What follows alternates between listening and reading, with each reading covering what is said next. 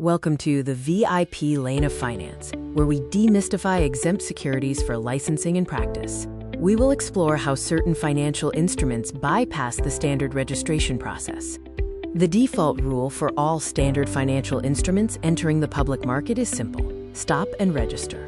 The SEC registration process mandates detailed disclosures before securities can be legally sold to the public. Exempt securities are financial instruments that are not required to be registered with regulators before being sold. In the U.S., they legally bypass SEC registration because they meet specific, highly trusted criteria. The exemption is supported by three pillars: lower risk, such as those backed by government stability; already regulated, meaning they are governed by existing industry authorities; and public interest, as they fund critical infrastructure. The exempt universe is divided into four key categories: government securities, municipal securities, bank and financial institution securities, and other exempt securities. Category 1 covers government securities, issued directly by the federal government. The rationale is their very low risk, due to the absolute backing of the sovereign government. The Treasury spectrum includes Treasury bills, or T-bills, which are short-term, Treasury notes, or T-notes, which are medium-term, and Treasury bonds, or T-bonds, which are long-term. Category 2 is municipal securities, issued by state, city, or local governments. These are for public interest, funding local infrastructure, and often carry tax advantages for investors. Category 3 includes bank and financial institution securities. These are already strictly regulated by dedicated banking authorities, making additional SEC registration redundant.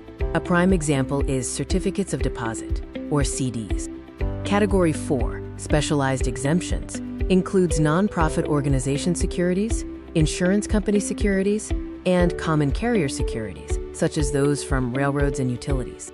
This matrix summarizes the exempt universe, outlining the issuer, the primary rationale for the exemption, and examples for government, municipal, bank, and specialized entities. Here is an ultimate exam trap. Do not confuse the instrument with the action. Exempt securities do not equal exempt transactions. The core distinction is between what and how.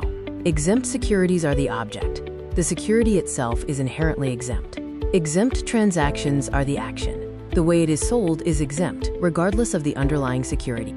This master synthesis map connects the rationales, lower risk, public interest, and already regulated, to the four categories of exempt securities: government, municipal, bank, and other. The FastPass cheat sheet defines exempt securities, lists the four categories with examples, and highlights the crucial trap. Security, the object, is not equal to transaction, the action.